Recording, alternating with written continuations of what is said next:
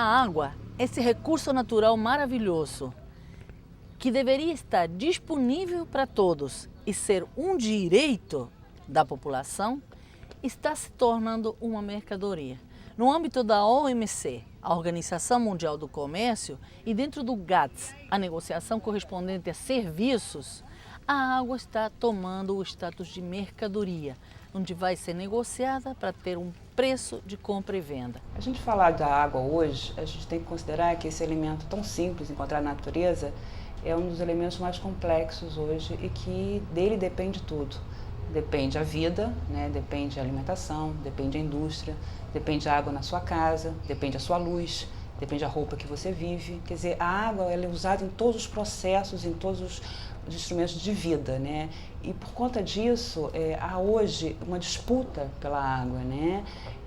Pelo seu valor. Quer dizer, muitos querem atribuir à água um valor econômico, então passam a entendê-la como uma mercadoria.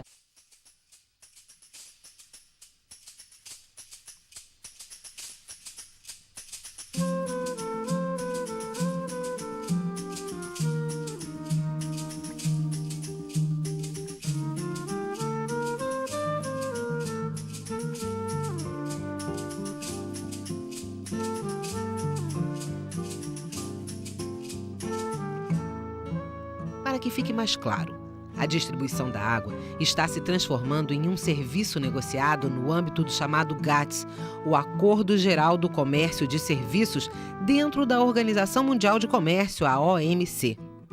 A OMC atualmente é uma das mais poderosas organizações internacionais. Surgida em 1995, ela é a entidade que dita as regras que controlam o comércio internacional dos países membros e suas definições prevalecem em relação a qualquer legislação comercial nacional.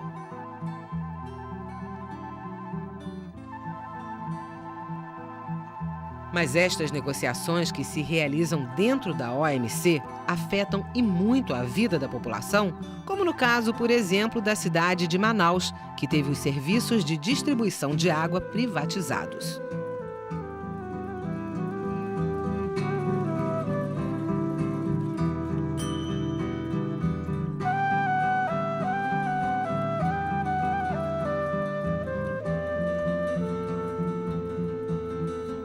Parece mentira, parece brincadeira, mas a cidade de Manaus é quase uma ilha, é uma península, é uma ilha.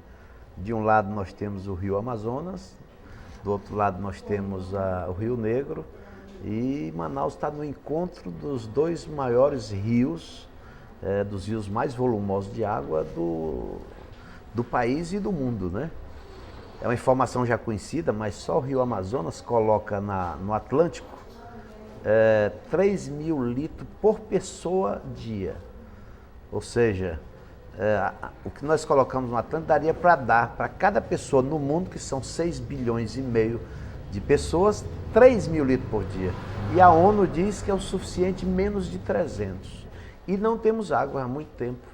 Esse é que é o paradoxo, né? Só para a gente iniciar um processo histórico, na década de 90 foi criado o Plano Nacional de Desestatização.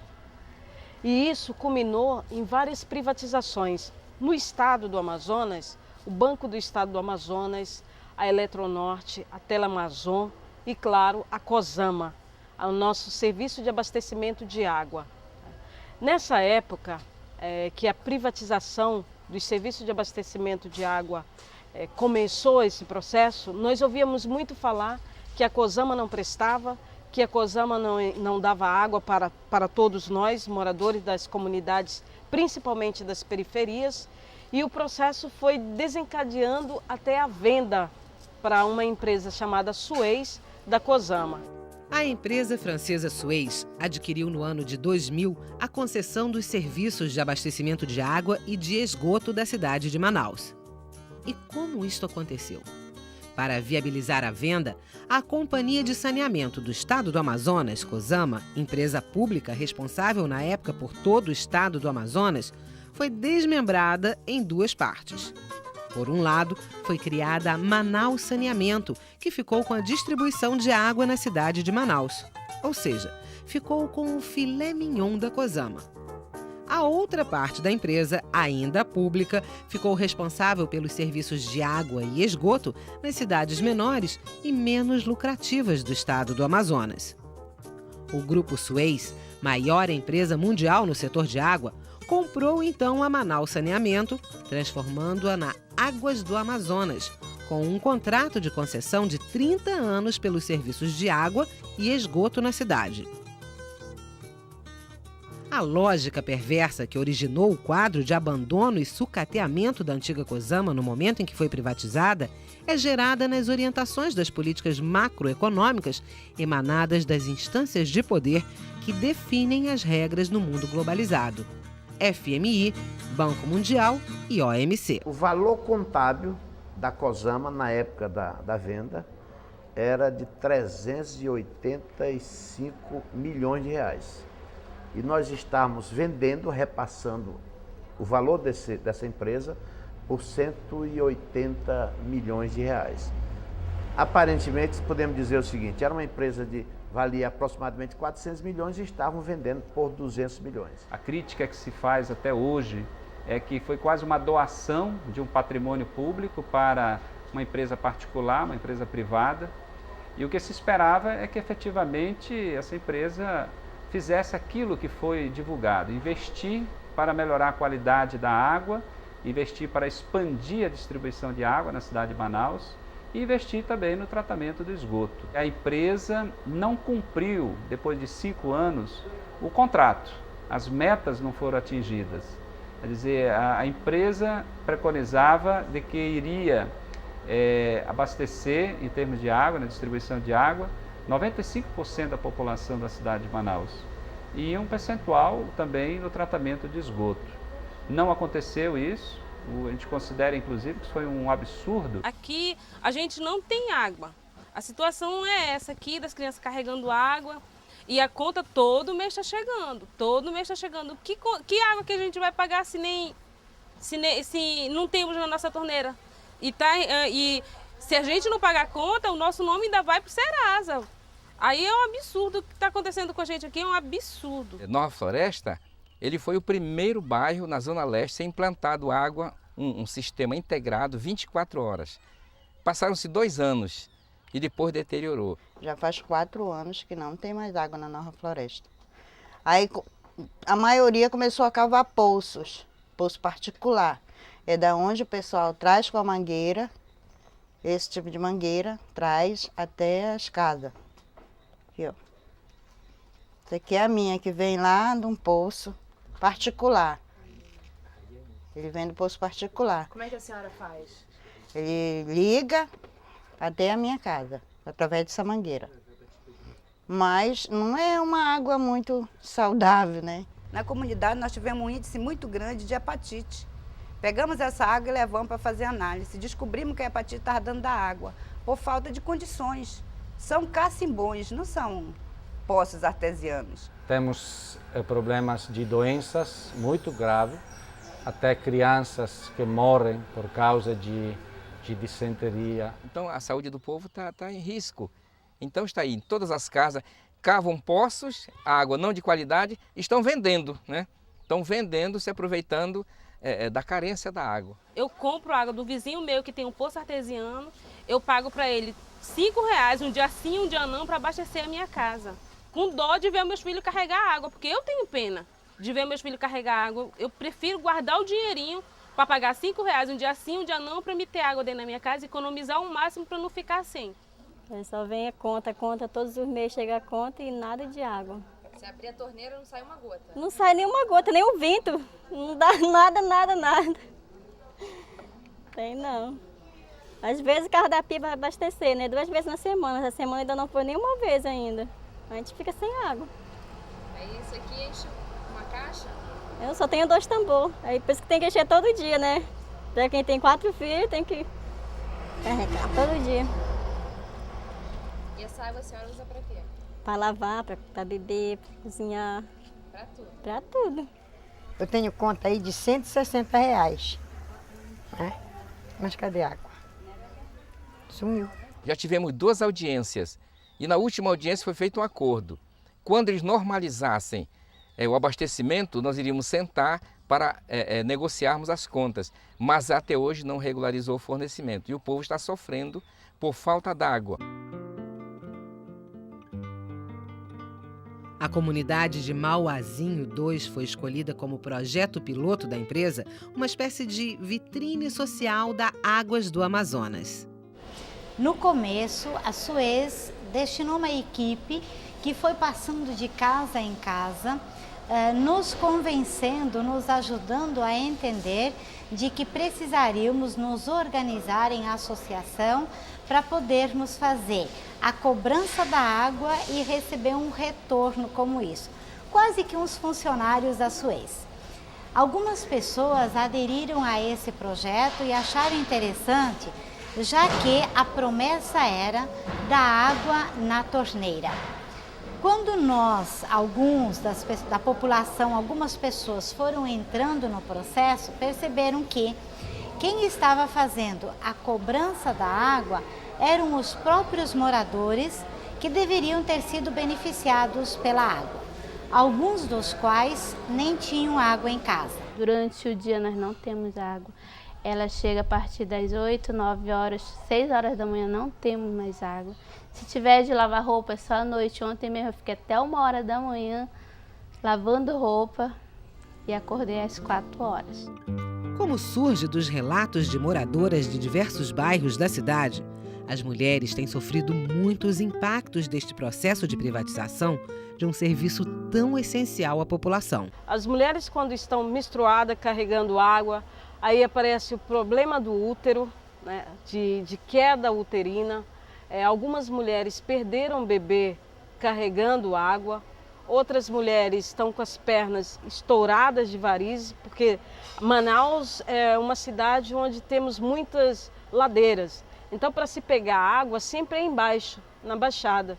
Então, tem que subir ladeira e todas as vezes, quem sobe, quem carrega 1, 2, 3 vezes, são as mulheres. Fora outras consequências. Clavícula, admitida, que eu tenho esse problema aqui alto. Também descarregar água. Eu vinha com os 2 meninos, um na costa, outro aqui do lado e a bacia assim na cabeça. Aí quando o menino de trás fez isso, a bacia foi junto. E eu consegui segurar a menina, mas isso aqui meio assim quase fraturou. Carregando água.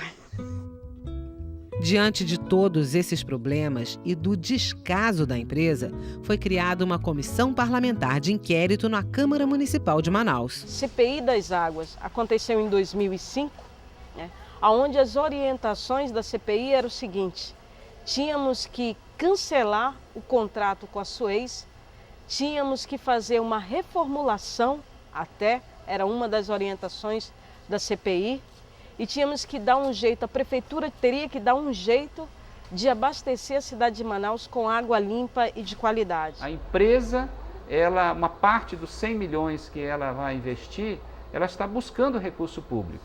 A prefeitura está entrando com uma parte, o governo do estado com outra, com recursos federais. Quer dizer, no final é o poder público investindo para uma empresa particular usufruir lucros, vender a água, podemos assim dizer, porque está cobrando por esse serviço, e a população não ter a certeza de que vai ter essa água e não ter a certeza dos investimentos no tratamento de esgoto. Hoje, como nós estamos, a Suez saiu, entre parênteses, saiu da concessão de serviço de abastecimento de água, a prefeitura passou a uma empresa chamada Vegas, que nós não sabemos de onde veio, nem quem são os diretores da Vegas, e mesmo assim a água ainda não chegou nas torneiras. A proposta desta empresa que hoje está, a Vegas, segundo algumas informações que nós temos, é que daqui a alguns anos todos terão água, mas com um cartãozinho. Terá o hidrômetro, o contador, para nós é chamado de contador da água, dos litros de água, e você comprará um cartão. E quando esse cartão é igual como celular, quando esse cartão encerra também a tua água na torneira. Então, a água não precisa de dono. A água foi trazida para nós de graça e deveria ser de graça também. Nós acreditamos que a água é um bem público. Se ele é público, ele tem que ser do povo. Ele não tem que ser privatizado, Mesmo porque eles privatizam, mas os investimentos vêm da onde? Vem do governo federal, vem do estado, vem do município, continua sendo público. Eu acho que é preciso a gente acordar, né? Sensibilizar toda a população que a água precisa voltar para a mão do poder público, ser estatal, ser nossa, e tirar as empresas, né, que vieram de fora e que não beneficiaram a população como deveria. A água não pode ser uma mercadoria, a água não dá lucro e não deve dar lucro. E a minha opinião é que tem que ser uma responsabilidade, um serviço público de responsabilidade do Estado. O caso de Manaus que acabamos de ver é um exemplo muito evidente de como a água se converte a cada dia mais em objeto de interesse estratégico das corporações transnacionais. O modelo de desenvolvimento baseado na exportação de bens provenientes da agricultura e da natureza é um dos pilares fundamentais de sustentação dos investimentos estrangeiros, não só no Brasil, como na América Latina.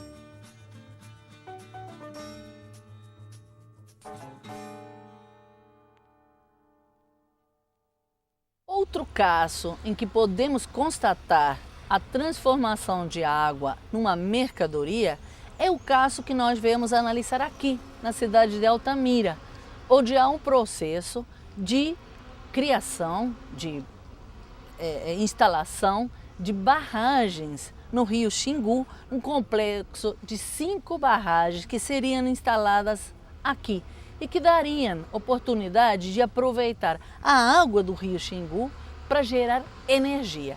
Esta é outra forma de privatização da água, esta é outra forma de transformar ela numa mercadoria, neste caso para geração de energia. Nós estamos aqui na localidade Babaquara, no rio Xingu, no município de Altamira, o maior município do mundo de extensão geográfica, onde o governo e as empresas têm planejado para construir a segunda barragem do complexo Belo Monte.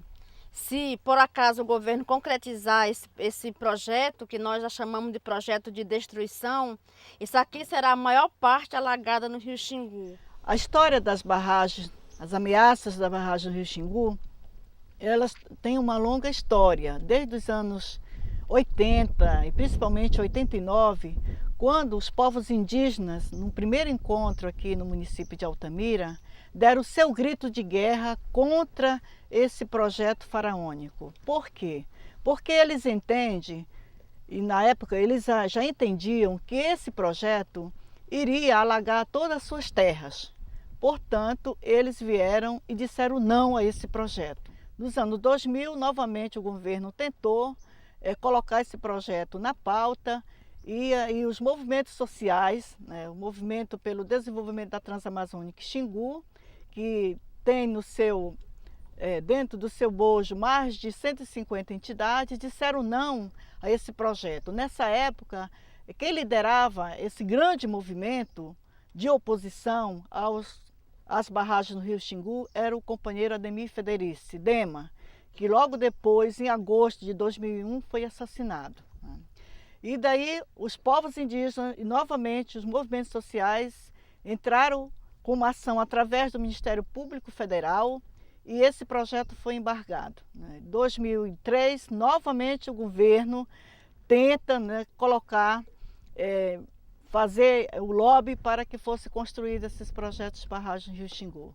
Novamente o movimento social, através do Ministério Público Federal, foi dada entrada a uma ação e foi embargado. Mas, ultimamente, a Eletronorte, junto com a Eletrobras, eles vieram com toda a intensidade e já trazendo coisas prontas e como quem já quer começar amanhã. Tivemos aqui em Altamira 2 encontros pela Eletronorte, né, nos quais eles colocaram assim, as questões de leis, as questões ambientais da forma que eles percebem, que eles enxergam, né? E também, de uma certa forma, eles estão apenas querendo a presença do pessoal para legitimar. E é isso que nós, como movimento, queremos mostrar para o pessoal, que nós não queremos legitimar uma coisa que vem contra nós, né? mas nós queremos exatamente fazer parte do processo para que as outras gerações tenham vida neste ambiente, neste lugar que também é nosso. Eu acho que a água não é comércio. A água é um bem natural da população, entendeu? A população é que tem que usufruir desse bem. Eu nasci na beira desse xingu, esse xingu é lindo. Por que barrar o rio e levar nossa água, vender nossa água, se essa água é nossa? Imagina quando seca um rio numa propriedade, quanta diferença isso não faz para as mulheres, para os bichos, para a família de maneira geral. Imagina você mexer num rio tão grande como o Xingu, que mudança ele não vai ocasionar na vida do povo? Este projeto é inviável economicamente, socialmente, ambientalmente, culturalmente, ele é um projeto inviável. Para nós é o maior conflito em toda a nossa vida é essa barragem. Por quê? Porque ela não vem trazer benefício nenhum a nós. Tenho 56 anos de idade, nunca saí do meu lugar para andar pedindo esmola em canto de ninguém. Graças a Deus lá todo dia nós temos que comer. Ruim ou bom, mas a gente passa, de qualquer jeito a gente passa. Isso é todo ribeirinho, eu acredito que não vive bem porque vida de pobre não é boa, mas que se chegar a construir essa barragem, mais com dificuldade nós vamos ter para viver.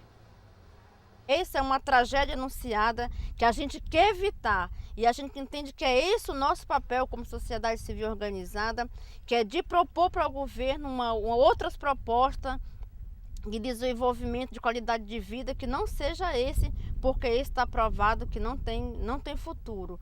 A gente basta ver Tucuruí, que até hoje tem pessoas lá que nem sequer receberam as suas indenizações. Essa barragem de Tucuruí ainda tem hoje sofrendo as consequências com o conflito que a barragem trouxe. Gente que pensava que ia ser uma fonte de renda melhor para ele, viver bem com a família, hoje vive mais perturbado do que antes.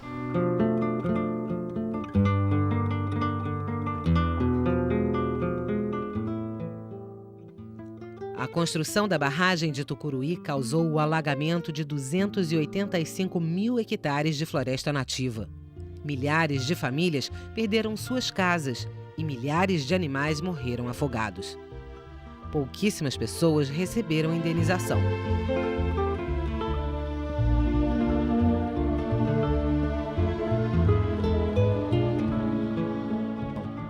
A negociação pelas indenizações e redução dos impactos aos atingidos pela hidrelétrica de Tucuruí continua até hoje.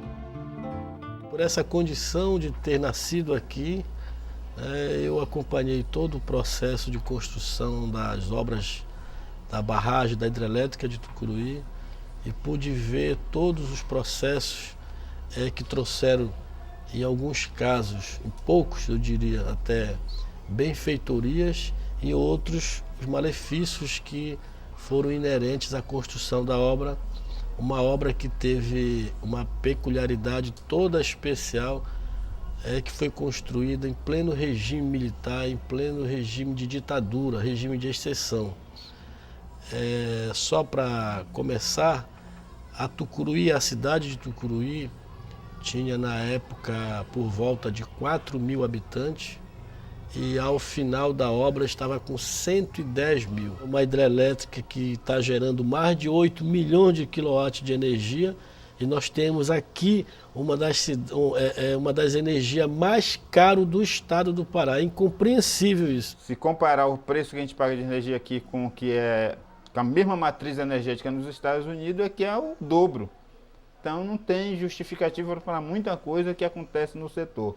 O que acontece é que aqui tem matéria-prima como bauxita para transformar em alumínio, ferro e outros minérios e precisa de energia para fazer o beneficiamento. Nós tínhamos aqui duas reservas indígenas que foram submersas, né? A reserva dos Gaviões da Montanha, dos Paracanãs.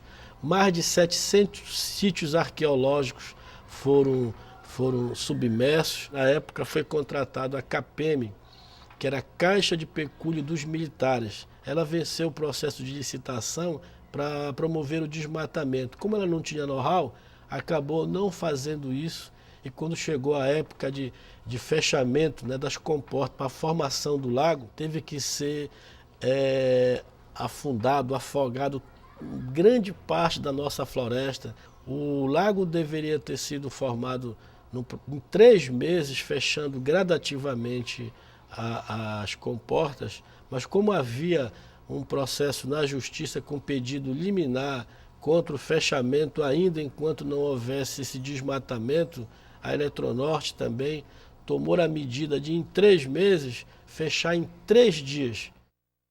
A herança de destruição deixada em Tucuruí pode ser repetida nos casos do Madeira, nos casos do Rio São Francisco, no caso de Altamira e a construção da barragem de Belo Monte. É isto que não queremos.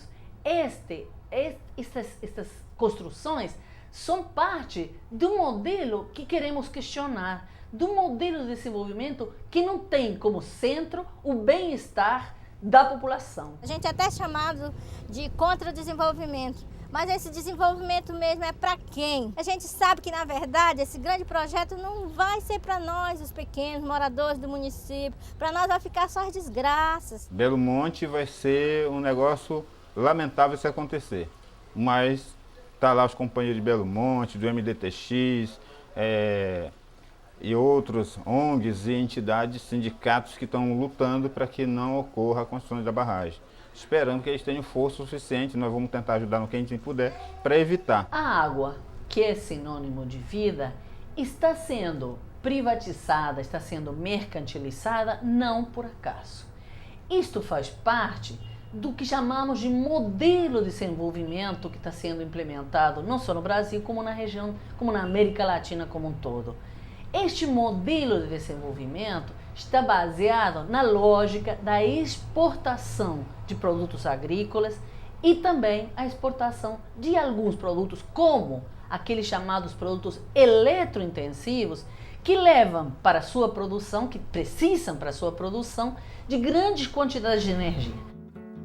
O crescente consumo de energia pelas empresas exportadoras de alumínio, aço, celulose exige a construção de novas hidrelétricas com fortes impactos sobre o meio ambiente e as populações locais.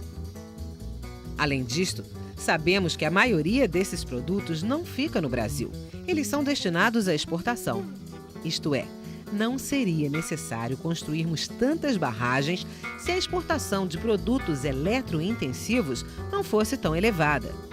Esse é o ônus que a sociedade paga para subsidiar o consumo de produtos primários nos países dominantes. Trata-se de um modelo de desenvolvimento econômico que beneficia, sobretudo, as nações industrializadas e sustenta um padrão de consumo insustentável. A preocupação das mulheres com a água, ela está muito ligada com o cotidiano das mulheres mesmo, né? Mesmo na roça, são as mulheres que têm que se preocupar com a água da casa, com a água para os filhos, com aonde vai ser construída a casa para garantir que tem acesso à água, porque é elas que vão prover a água para a família. A gente está numa região que, principalmente na zona rural, a captação da água é feita da maneira mais artesanal possível, né? São as mulheres que vão lá, são elas que cuidam da mina, são elas que lavam a roupa, são elas que trazem água para casa. E essas mulheres foram elas que vieram para esse movimento regional, né?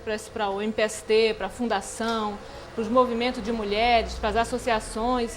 Então, quando surgiu o debate de Belo Monte, foram elas que trouxeram esse debate para dentro, exatamente por entender a importância da água nas suas pequenas nos seus pequenos detalhes.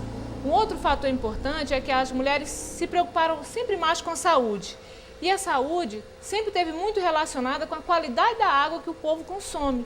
Então, como elas estavam sempre nesse debate com especialistas da área de saúde, né, discutindo de onde vinham as doenças, a água sempre era um grande transporte dessas doenças.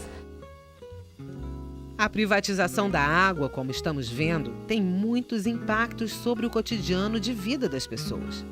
Determina também como vai sendo desenhado o modelo produtivo em cada região. Se olharmos para o Brasil em seu conjunto e para a América do Sul, encontramos diversos exemplos desses impactos produzidos pelos processos de privatização da água, seja para consumo domiciliar, seja para irrigação ou para a produção de energia via a construção de hidroelétricas. O caso do complexo a ser construído no Rio Madeira, ou a chamada transposição do Rio São Francisco, são alguns exemplos recentes e de graves impactos.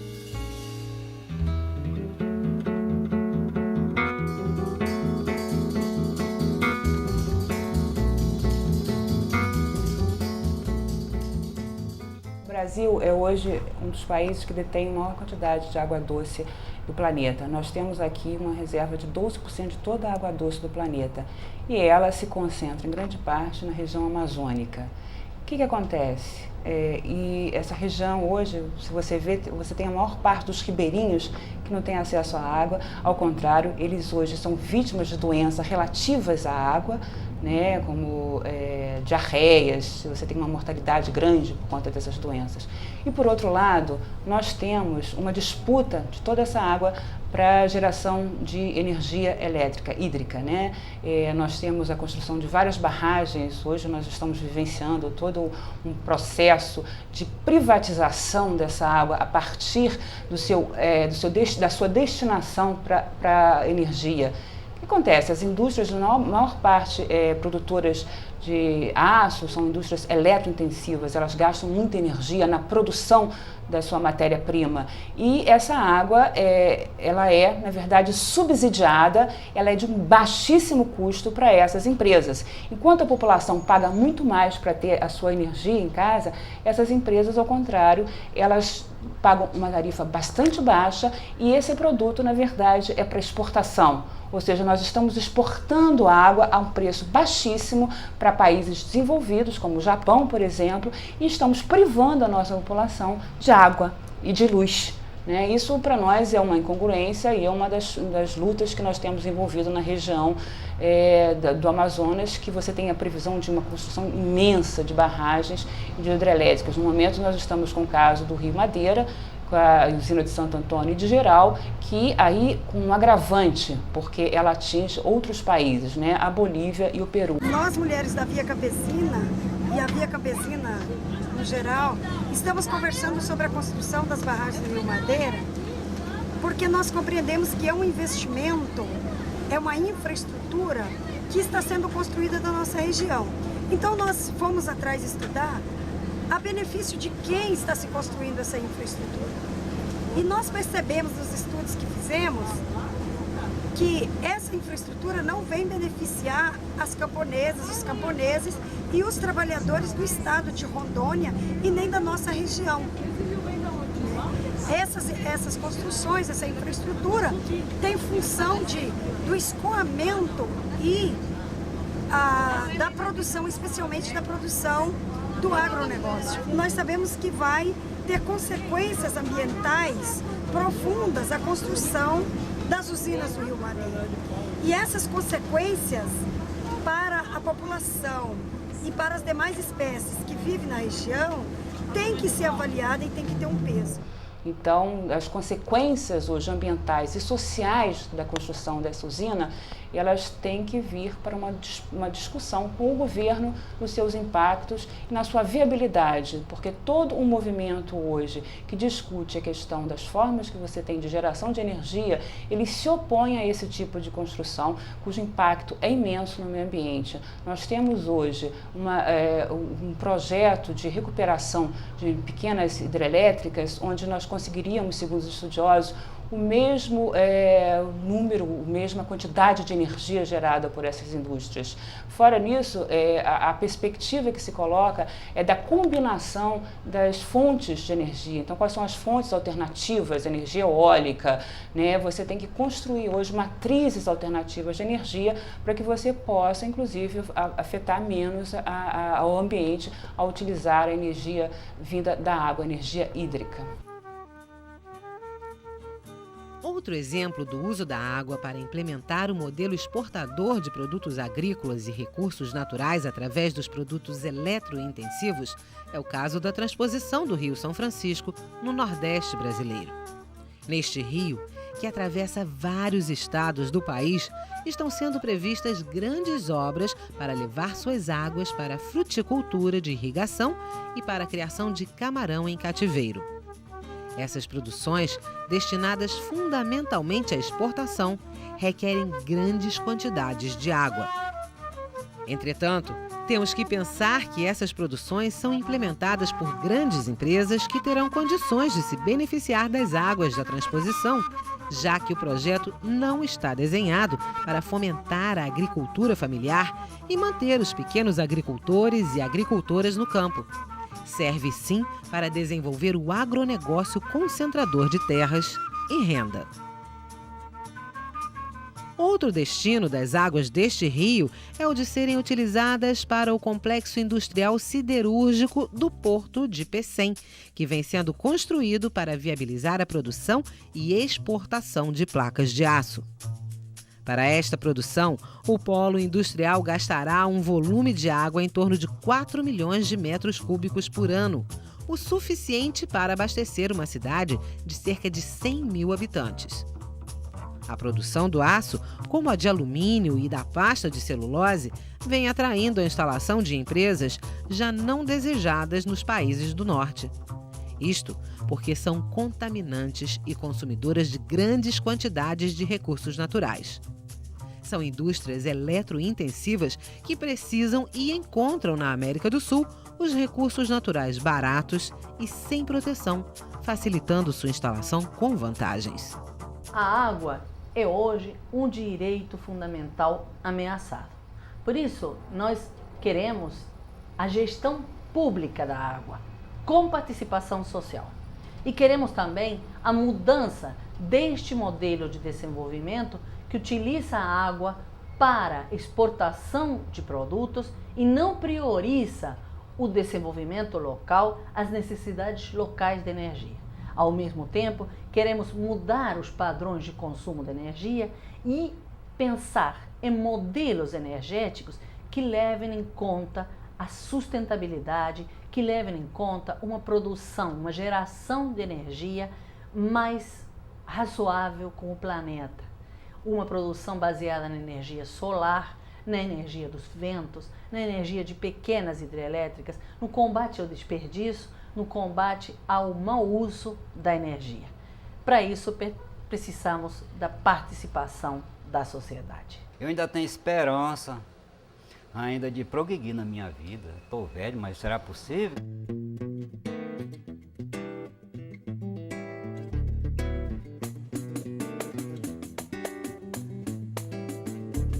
Purificar o Subá é mandar os malditos embora. Dona d'água doce quem é? Dourada rainha, senhora. Amparo do Sergimirim, rosário dos filtros da aquária, dos rios que desaguam em mim, nascente primária. Os riscos que corre essa gente morena, o horror de um progresso vazio, matando os mariscos, os peixes do rio, enchendo meu canto de raiva e de pena. Purificar o Subá é mandar os malditos embora. Dona d'água doce quem é? Dourada rainha, senhora. Amparo do Sergimirim, rosário dos filtros da aquária, dos rios que desaguam em mim, nascente primária. Os riscos que corre essa gente morena, o horror de um progresso vazio, matando os mariscos, os peixes do rio, enchendo meu canto de raiva e de pena. Purificar o Subá é mandar os malditos embora. Dona d'água doce quem é? Dourada rainha, senhora. Purificar o Subá é mandar os malditos embora. Dona d'água doce quem é? Dourada rainha, senhora. Purificar o Subá é mandar os malditos embora. Dona d'água doce quem é? Dourada rainha, senhora. Amparo do Sergimirim, rosário dos filtros da aquária, dos rios que desaguam em mim, nascente primária. Os riscos que corre essa gente morena, o horror de um progresso vazio, matando os mariscos, os peixes do rio, enchendo meu canto de raiva e de pena. Purificar o Subá é mandar os malditos embora. dona d'água doce, quem é? Dourada rainha, senhora, purificar o Subaé, mandar os malditos embora. Dona d'água doce, quem é? Dourada rainha, senhora, purificar o Subaé. O sobrado de mamãe é debaixo d'água, sobrado de mamãe é debaixo d'água, debaixo d'água por cima da areia. Tem ouro, tem prata, tem diamante que nos alumeia. Tem ouro, tem prata, tem diamante que nos alumeia. O sobrado de mamãe é debaixo d'água, sobrado de mamãe é debaixo d'água, debaixo d'água por cima da areia. Tem ouro, tem prata, tem diamante que nos alumeia. Tem ouro, tem prata, tem diamante que nos alumeia.